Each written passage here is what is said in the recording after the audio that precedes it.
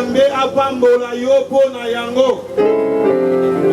Nakosenga na yo pesa, opesa biso attention na yo pour quelques minutes.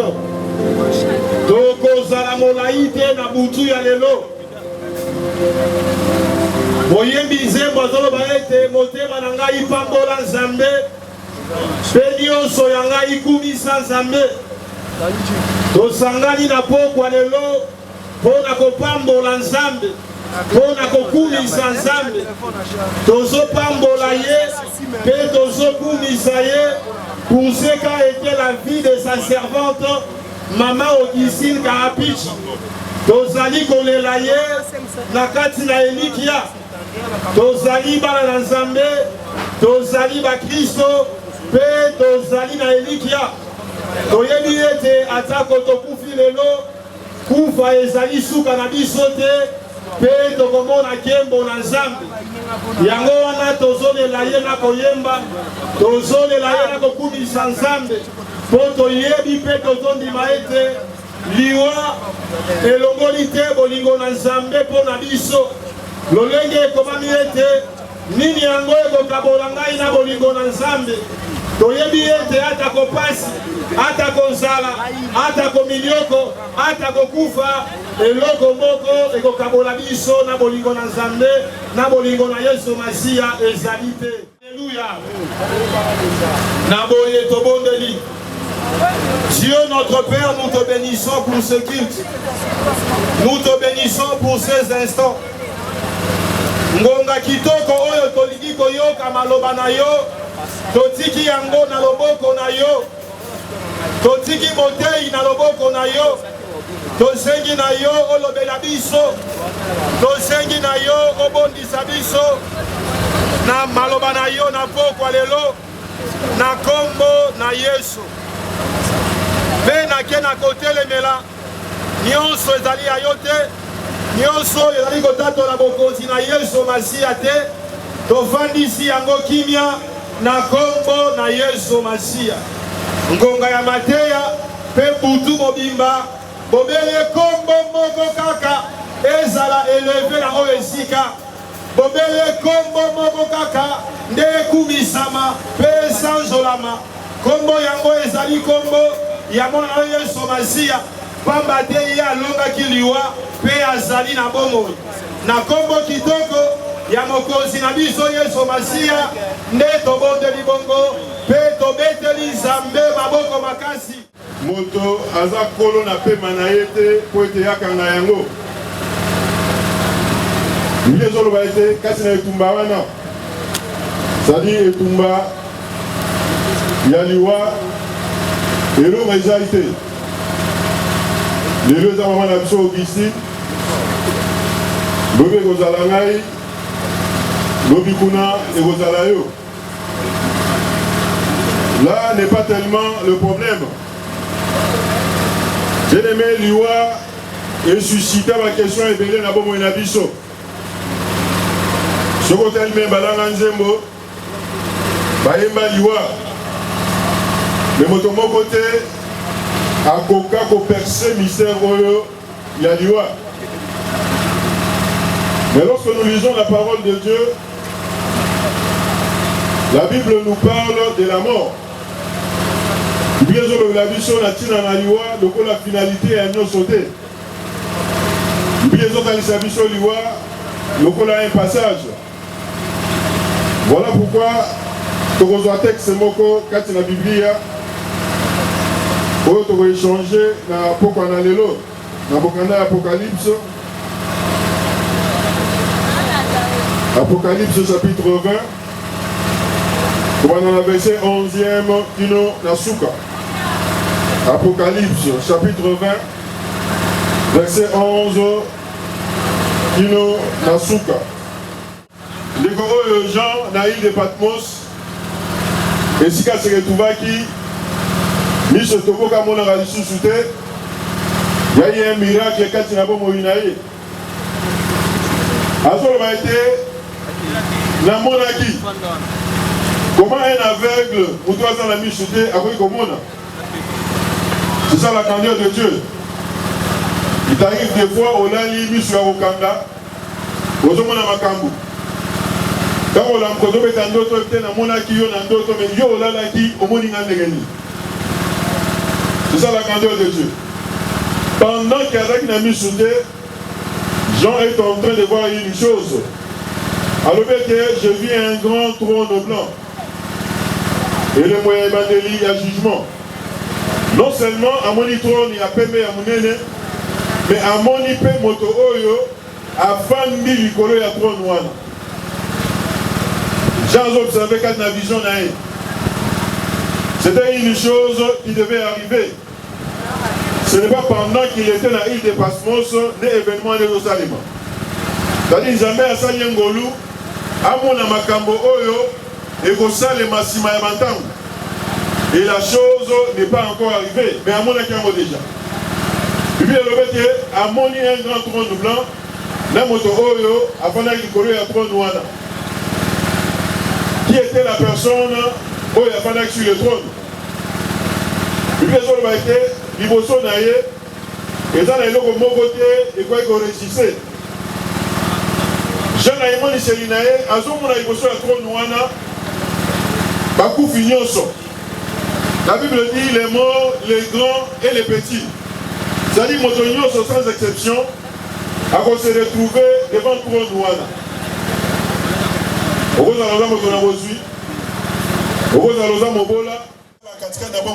La Bible dit qu'il y aura un jour un jugement.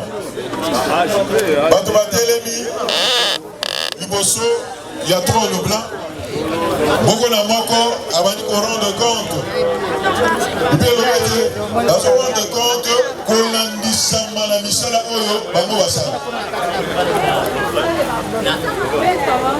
chacun rendra compte de ses œuvres. Il faut se lancer. Jean Antari va livre bandi ko fongwama. Il peut se le baiter. Misala nyo soto sala. Et comme maman katikati je ne pense pas que c'était dans son programme.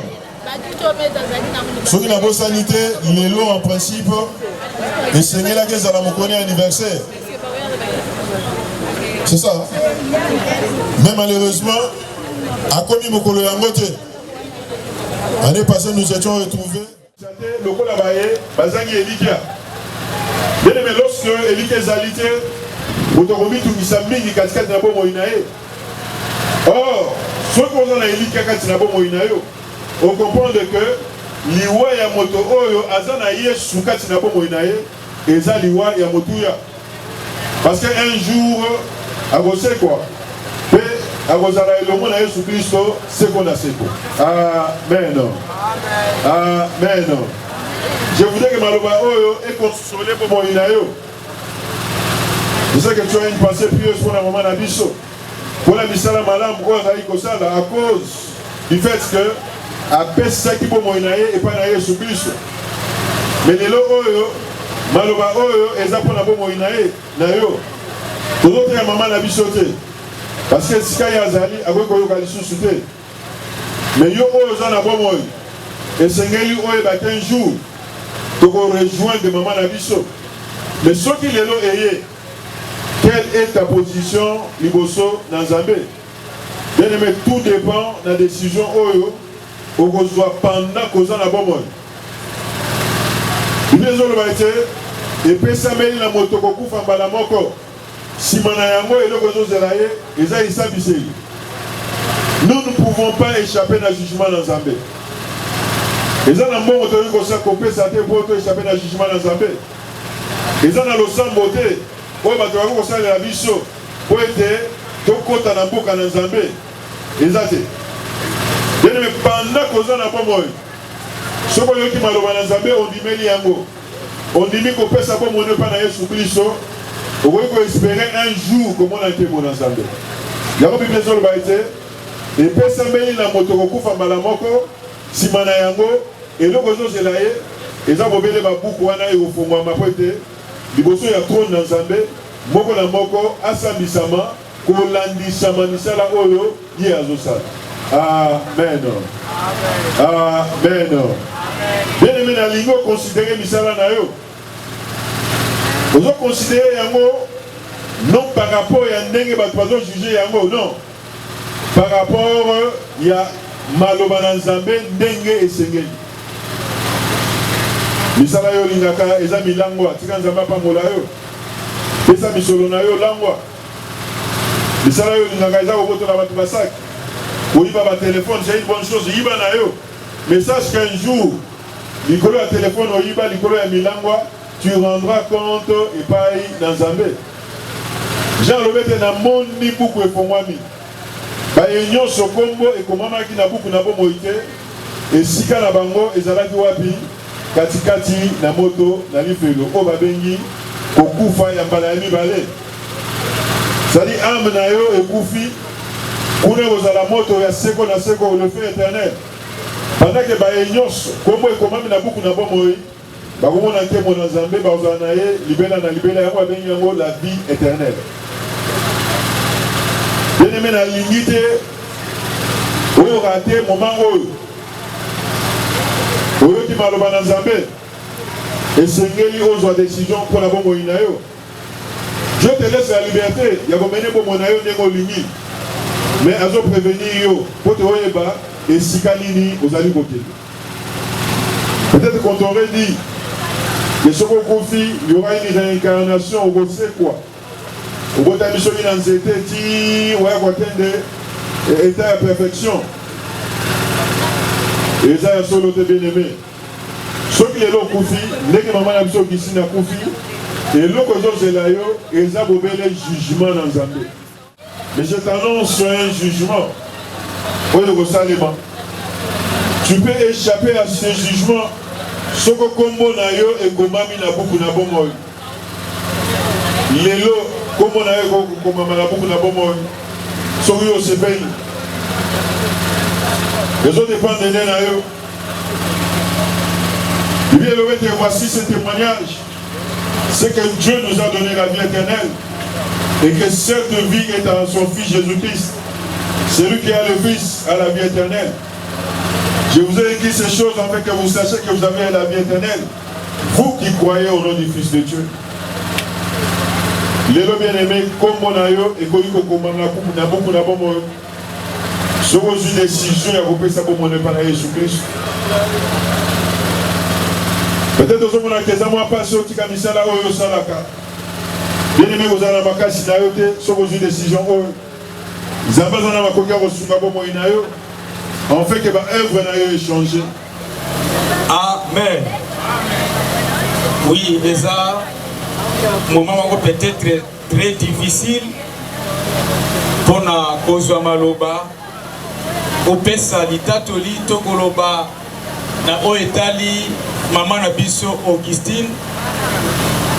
Oyo tozolo bango tango nyonso a précédé biso seulement na gloire du Père pour être bisika yazali biso pe tokozala mais tolingi toloba muke na oetali maman Augustine nazo tangana na Apocalypse chapitre 14 verset 12 à 13 Bible lobby c'est ici la persévérance des saints qui garde le commandement de Dieu et la foi de Jésus.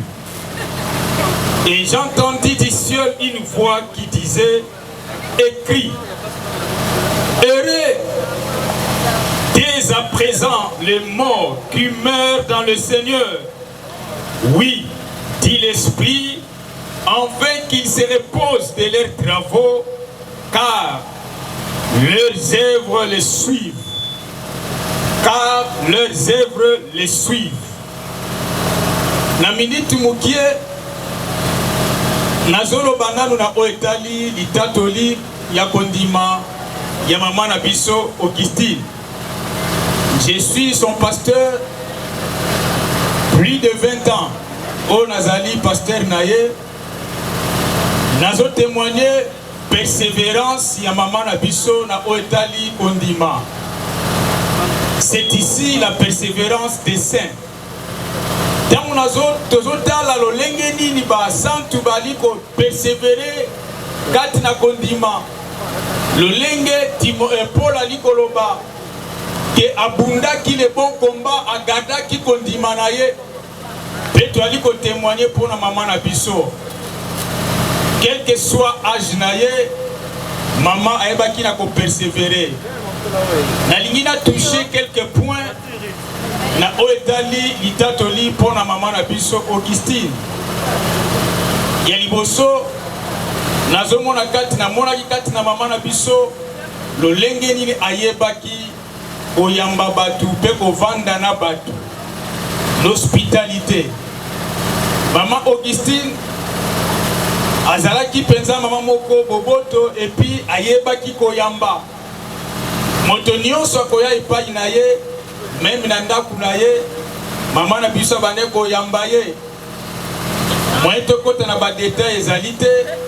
Je vois témoignage wana même bandeko na famille bakoki ko témoigner yango. Même bandeko mususu kaka oyo bayiko na ba relation mususu bakoki ko témoigner. Même l'église du Seigneur tokoki ko témoigner yango.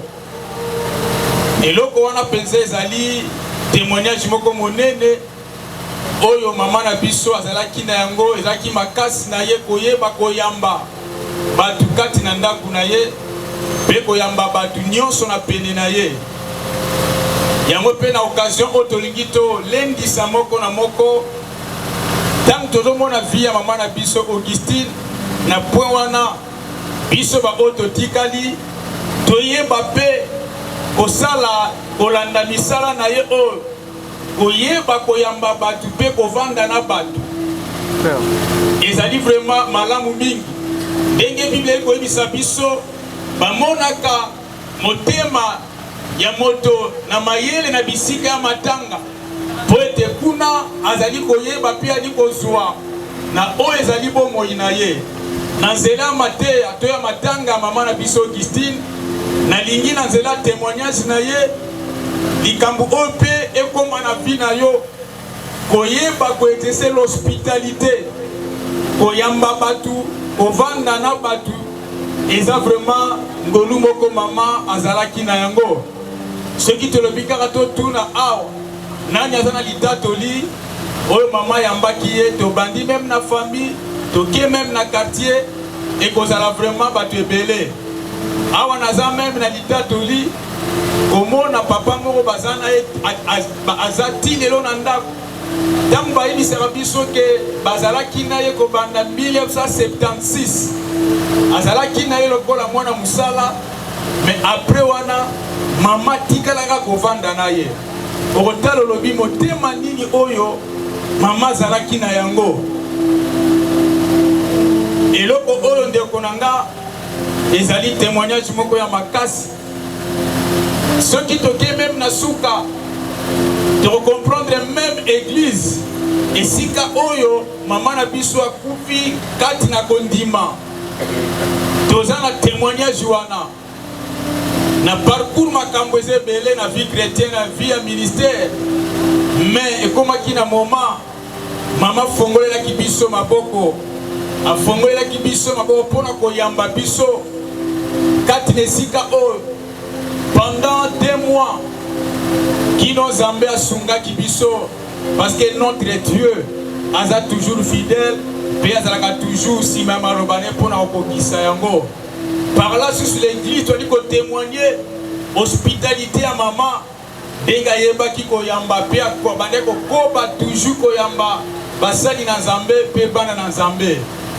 Po ya mibale tozo témoigner lisusu parce que tango noti kotanga na Apocalypse chapitre 14 na verset 13 Bible ezoloba esengo na bakristo oyo bato bali kokufa kati na Kristo to kati na kondima po ete misala na bango les bonnes œuvres misala ya malamu na bango ezolanda bango beto ebi malamu c'est lui le père des orphelins yango tozobondela Nzambe ayeba na kobatela bana ayeba na kobatela libota mobimba ke makila na Yesu koyeba na kocouvrir bango pe tozobenga na mupepe nyonso ya maladie oyo nyonso koza ba mauvais sort contre bana oyo même bakoko après la mort ya mama tokende kotelemela yango na kombo na Yesu pe tokosenga Nzambe koyebana koprotege mpe kozinga bango na se ya protection na ye.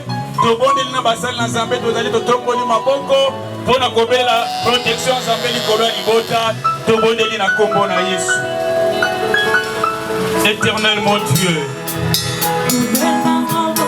la Bible me dit, c'est lui qui se place sur la pluie, là où il repose à l'ombre du Dieu Tout-Puissant. Dans le nom de Jésus, dans le nom de Jésus, Aliko déclaré Seigneur, Ibota, Mobimba Seigneur, la maman, la vision qui se passe, qui se passe, mais tout bon, au nom de Jésus, que ma qui est dans Jésus, pour la continuer, prévenir sa maladie, qu'elle y voit un mauvais sort, qu'elle donne les sens de paix dans le nom de Jésus. C'est toi, le Père des orphelins, et votre bénédiction aux amène à Bissot.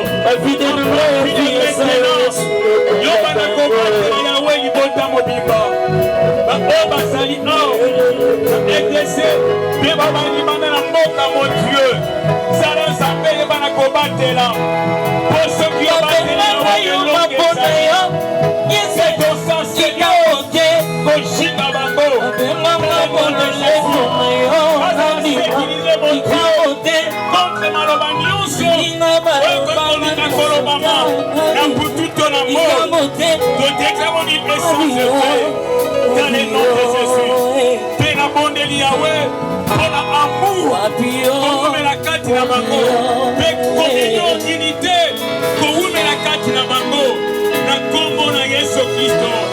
Oh notre Dieu, merci Seigneur, pour la protection de nous. Dans le nom de Jésus, que Jésus prie. Merci Seigneur, Jésus-Christ.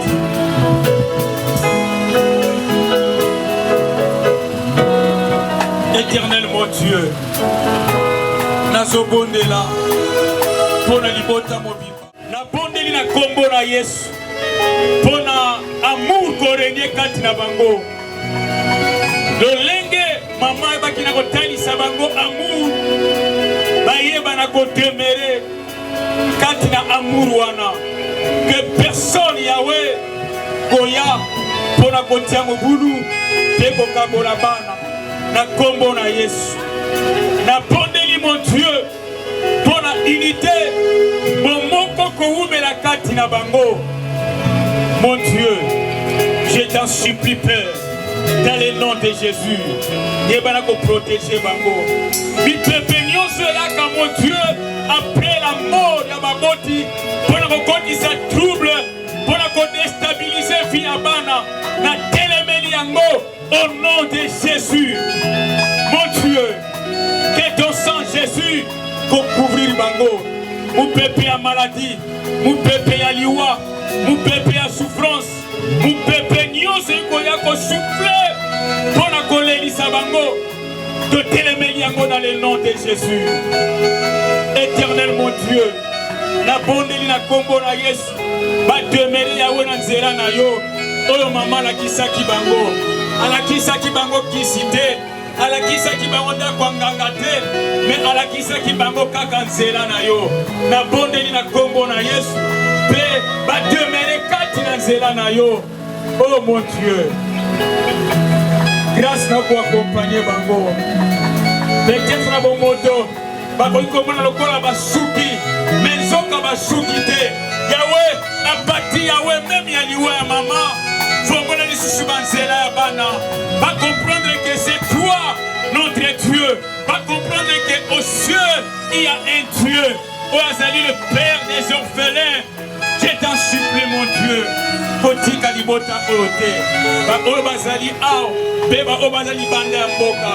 Batela bango. Musika na bango pepe ya liwa. Na kombo na Yesu.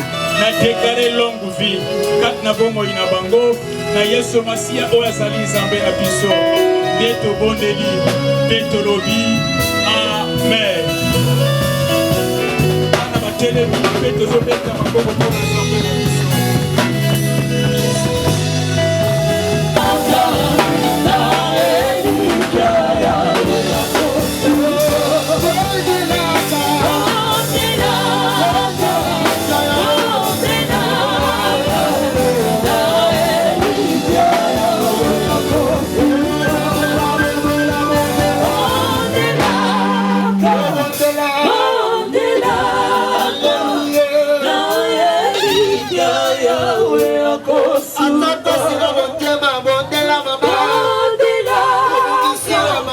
Oh,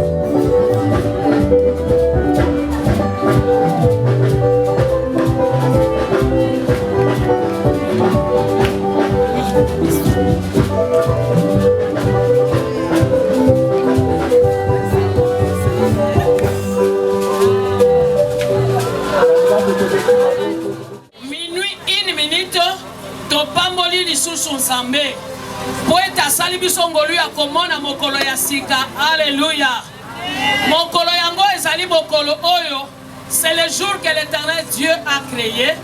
Et une journée agréable, et une journée à grâce, ezali journée à faveur tobeleli makila na Yesu Kristo enoka mvula monene na kati na oyo esika tokangi nyonso ya moyini satana oyo ekoya mpona koderange bomoi na bana na Nzambe tika ete nyonso ezala enchaîné ebwakama na prison jusqu'au retour de notre Seigneur Jésus-Christ. Amen. Samba soit le kumbo bien-aimé. Nazaka na mwa miniti moke bana nanga bapesi ngai. Molinga mikati na nkolo Yesu. Tango ozali na bomo ikumisa Nzambe. Koloba teke ete nazana no jeune. Lokola naza jeune nazana no na mino na buka ndika. Oui, c'est bien bon. Yeba ke sima ya kobuka ndika. Une minute ezali ya yote. Tozo méditer na Proverbe 27. S'il vous plaît, bien-aimé, na bengami bongo na kombo ya pasteur Colette Kenge Makai. Nazali bongo kokambama na église ministère de 7 chandeliers d'or. Ebele bolanda kabiso na chaîne na Tabernacle TVS. Oyo papa na ngai molimo kombo na ye apôtre Robert Simba Masuka. Na pesi bino nyonso merci na kombo na Yesu Kristo. Pe nazali moko ya libota. Nazali leki ya mama Augustine Kapiti Makutu. Na vanda ki na ndako oyo, na bokwami na ndako oyo, na bali na ndako oyo, na boti na ndako oyo tobetela Yesu Kristo maboko makasi. Oyo azali mama sociale. C'est une servante de Dieu. Soki na matanga oyo tozali kokumisa Nzambe po ete Nzambe asali mokano na ye na kati na ye. Amen. Yango ya oyo Nzambe tokoyembela Nzambe tokokumisa ye. Moi exhortation muke. Bien-aimé yo mutozo tout atolo. Lobi ozotala déjà ngonga. Il est déjà minuit. Lobi na kobima 5 heures. Na kozonga ndaku, na kosokola, na rejoindre baninga langai, na cinquantenaire, poto kene kosilisa, milulu oyo ya kokunda mama na biso Christine. C'est bien bon. Bien aimé, ko tout atolo pona lobité. Po ete lobi eza ya yote. Amen. Proverbe 27. La première verset zolo bana biso boy. Ne te vante pas du lendemain, car tu ne sais pas ce qu'un jour peut enfanter. Alléluia. Quand tout a toloté pour na lobby ndeko, na minute na seconde, oyo yo telemiao, oyo yo zopema, ezaya yo, oyo yo zolia na minute, ezaya yo. Kolobate qu'après 5 minutes, na kosala bo na kosaba. Oui, eza malamu. Mais yeba que 1 minute après souffle na yo eza ya yote eza ya Nzambe. Alléluia. Ebele ba planifia. Te. Lelo eza mukolo vendredi. Samedi na kokende ville. Na kosala ba provision pona bana na ngai, pona libota na ngai, mais ba koma pe samedi angote. Ebele kaka na tongo.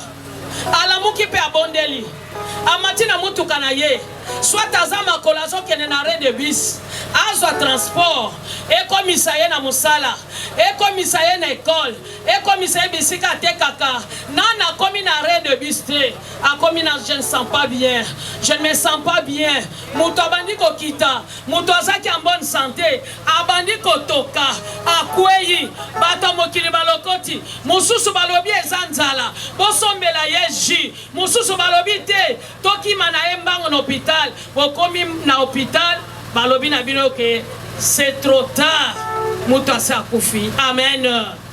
1 minute après ça ya yote bien-aimé Jacques 3 Nzamba zolo bana biso ete esengeli na biso bana na Nzambe tolobaka si Dieu le veut tokokutana na 1 heure, si Dieu le veut tokomona na lobby vendredi, si Dieu le veut soki Nzamba lingi lobi na kokende boye lobi na kosala boye Nzamba azali kopekisa biso totika komikumisa na ba pensée o ezali orgueilleuse.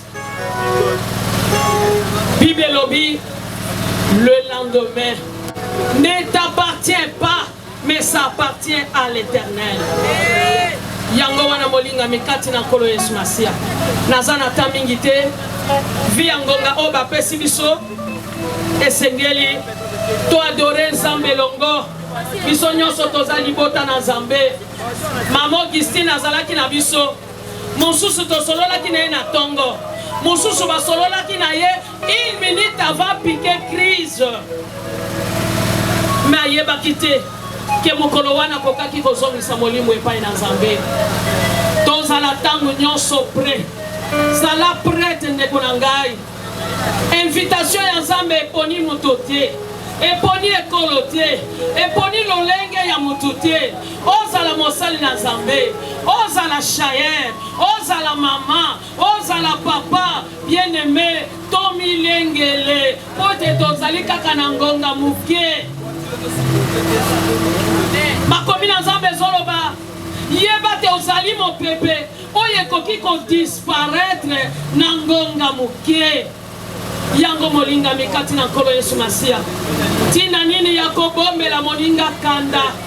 Tina nini ya kokanga moninga na motema na yo. Tina nini ya kobuka lokuta. Pote yo yebite 1 minute après ça ya yote. Nini ekoki kokomela yo. Tomi lengele. Lelo mama Augustine azalite. Bana bazolela.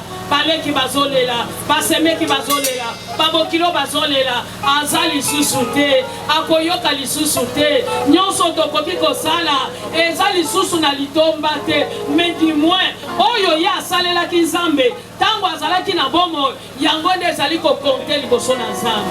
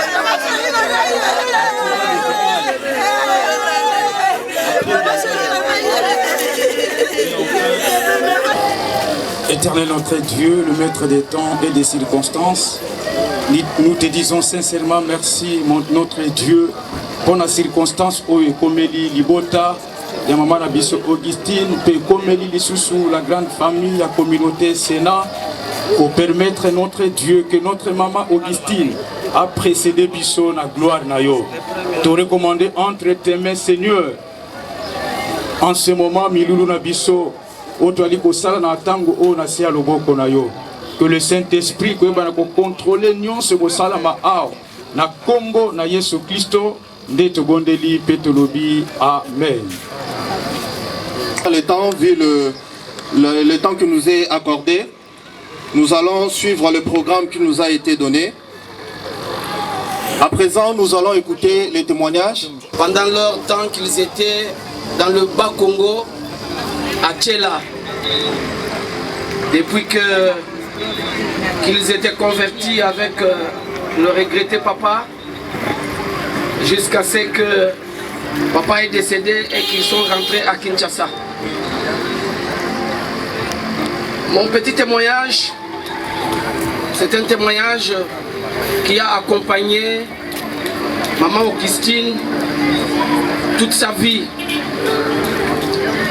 Depuis le départ, lorsqu'ils étaient dans le bas fleuve à Tchela, dans le Congo central, pour des raisons de service, avec son épouse, avec son époux, le défunt papa était une grande autorité de la place. Et toutefois, qu'ils avaient quelques problèmes spirituels, ils ne regardaient pas leur niveau. Ils s'humiliaient pour chercher la solution auprès de Dieu. Grand frère, papa, il faut que j'aille la balle. Il y a un pauvre, c'est mes pères Edouard, la folie, assisi, ensuite congé à l'université, le matin à folie. Si au vendre la famille de maman, abandi kobota bana nyonso banda mwana liboso ti bango nyonso ne boyebi bango navandaki na ndako wana neti mwana ne ya liboso okoyeba teke nazaka belle sœur na ye okoyeba kaka naza mwana na ye mama na ngai natikala komona bisika akanga elongi te natikala komona bisika asiliki te lingo amour du prochain tobandaki koyamba na ndako na biso soko moshilele awuti bashilele ndako ya liboso akoya se reposer eza ya biso ti akosinstale na ndako na ye mama ake koinstale ye bana nyonso bandaki kouta mboka kotanga baklasse babandaki koya kolia nzete ya fufu ya mama Augustine mama moko ya bolingo ndenge alali wana naza na elika mpe kondima ete aza deja na lola mpona misala malamu oyo asalaki na koki la mama Geneviève naza voisine na ye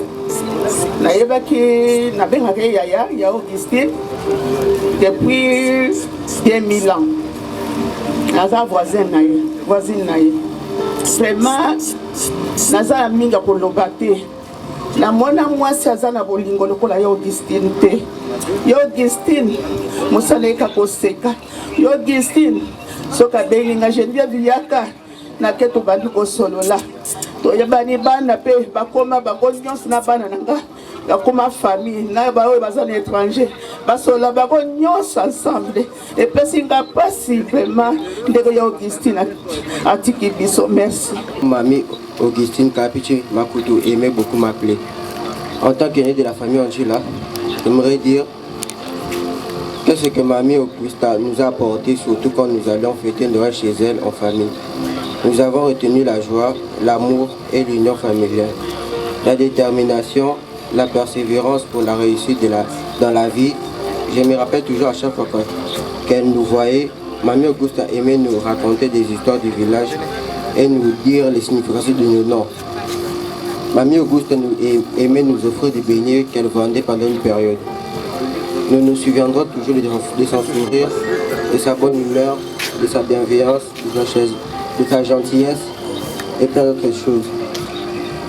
Mais ce qu'il faut savoir sur Mamie Augusta est qu'elle va beaucoup nous manquer et nous voulons assurer qu'elle restera toujours dans nos cœurs. Que Dieu qui a permis que Mamie Augusta nous quitte puisse nous donner désormais le sourire. Et je me rappelle, le jour de ses 70 ans, on a voulu leur faire une fête surprise.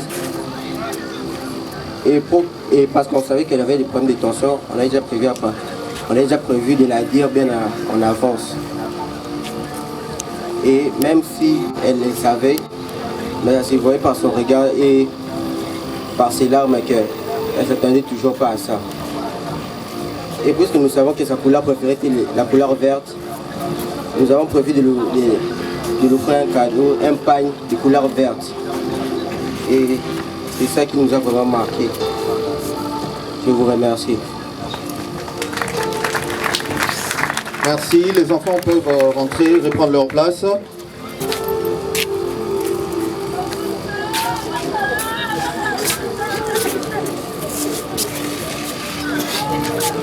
Bonjour à tous. C'est le moment pathétique pour nous, enfants d'Augusta, de rendre grâce à Dieu, maître des temps et des circonstances, pour la vie combien exemplaire de sa fille, être chère d'une multitude, notre mère. Je cite Augustine Kaapichi Makutu, Augusta. Aucune expression linguistique ne saurait traduire ni décrire ce qu'était le modèle par excellence. Cette femme douce et battante, cette servante de Dieu, cette femme d'espérance et d'action qui a su humaniser ce monde caractérisé par l'ingratitude, la médisance, la jalousie, l'égoïsme. De leur vie sur cette terre, en effet, papa et maman ont offert leur toit à plus d'une famille avec qui ils ont partagé sans discrimination leur joie et peine. Tout compte fait, fort de 19 ans après le décès de notre cher papa, Jean Chrysostome Makadimayoka, maman ne s'est jamais lassée de nous entourer d'une affection sans pareille et de nous prodiguer des conseils adéquats. La foi chrétienne qu'a témoigné maman à notre Seigneur et Sauveur Jésus-Christ, malgré les vicissitudes de la vie, aura significativement marqué le cheminement de chacun et de chacune de ses enfants, sœurs, nièces, belle famille, voisinage et j'en passe. Les témoignages sont éloquents.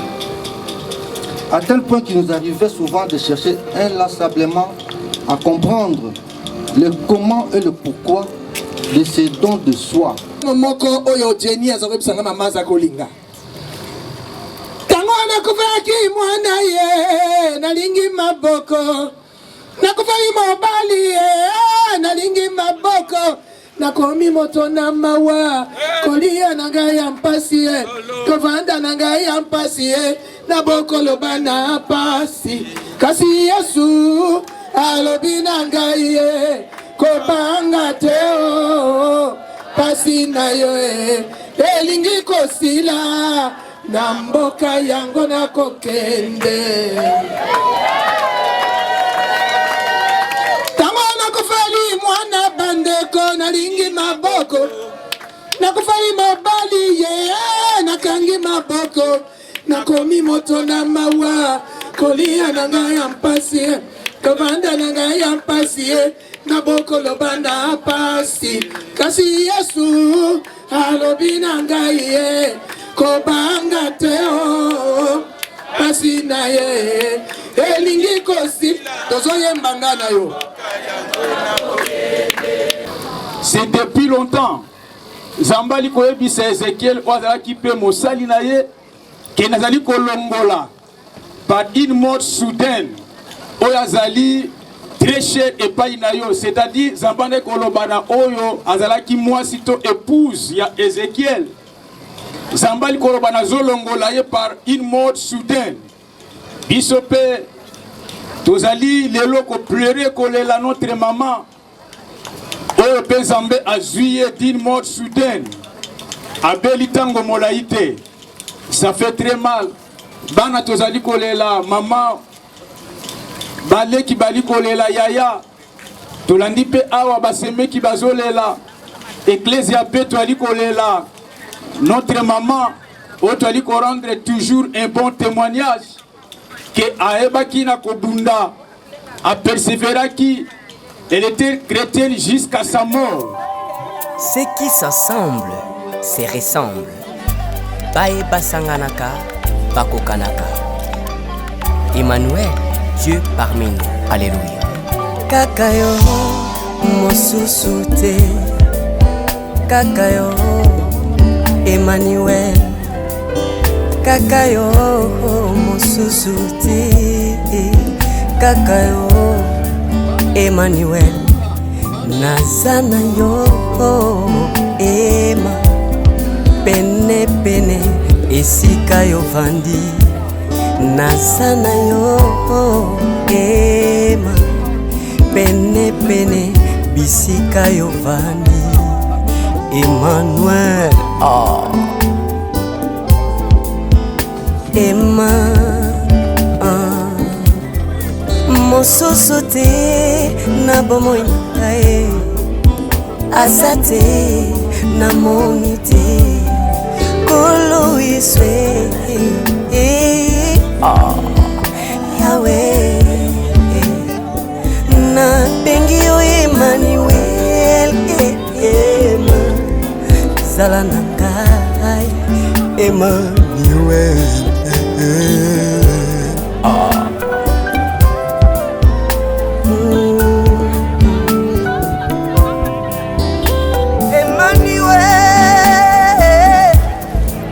Nzambe mobimba vandi kati na moto. Ondima koswa nzoto na ngai ya mikie boye. Nzambe moneno vandi kati na ngai. Ngolu nazwa ya kozala na Nzambe mobimba kati na bomoi na ngai. Nabikaka napemaka nalobaka mobele nyonso ya bomoi na ngai eza yo. Oza nyonso na ngai Emma. Oza nyonso na ngai Emma. Vers le milieu de la nuit, Paul et Silas priaient et chantaient des louanges de Dieu et les prisonniers les entendaient. Bien-aimés, nakati ya malade soki obeleli kombo ya Emmanuel akoyapo ayano na kati na vina yo. Alléluia.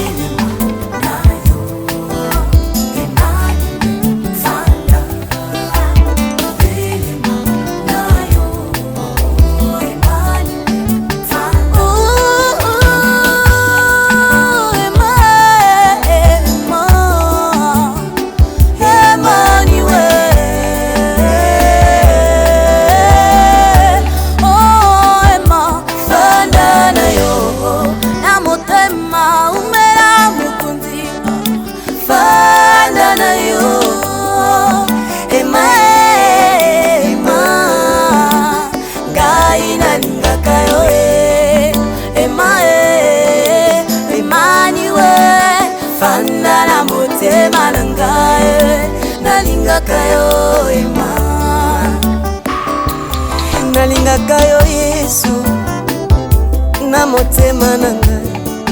Emma ngana kolanda yo tango nyonso Emmanuel na bisika nyonso Emma.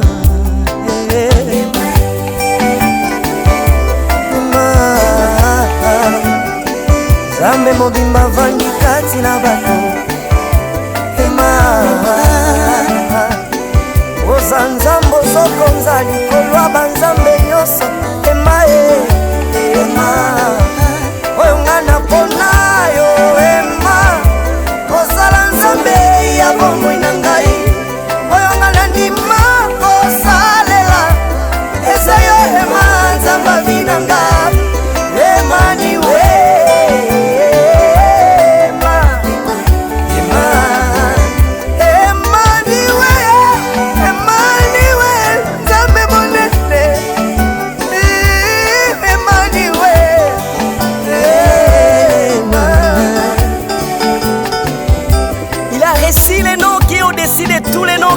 genou doit fléchir devant notre Dieu. Alléluia. La Bible dit que j'aime ceux qui m'aiment et ceux qui me cherchent me trouvent. Emmanuel, Dieu parmi nous. Là où la présence de Dieu existe, c'est l'absence totale d'un ennemi Satan. Alléluia. Est-ce que ça n'a pas été mon quoi qui bête l'encolo milolo te bête l'encolo milolo?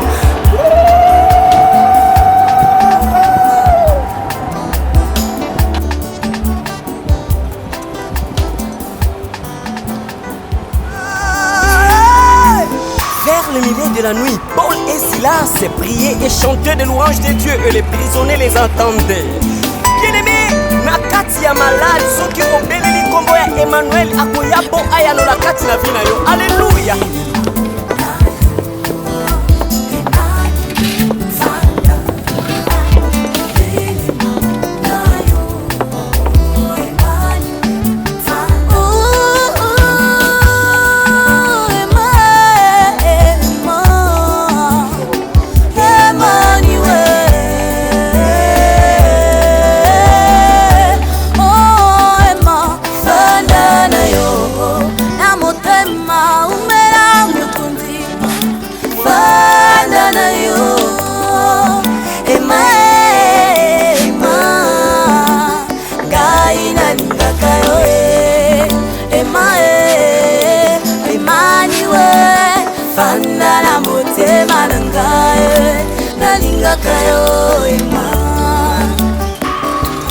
Nalingaka yo Yesu na motema nanga ema nga nakolanda yo tango nyonso Emmanuel na bisika nyonso ema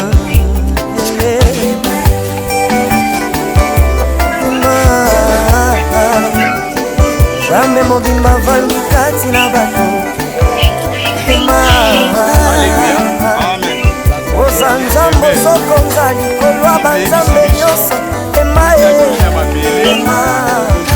oyo nga napona yo Paul alobaki j'ai combattu le bon combat, j'ai achevé elaki course nanga biso mpe tozondima misala lelo azongi na mabele nzambe abyangi ye ndenge tozoloba molimo na ye mpe ma toujours na kimia azalaki moklisto akufi moklisto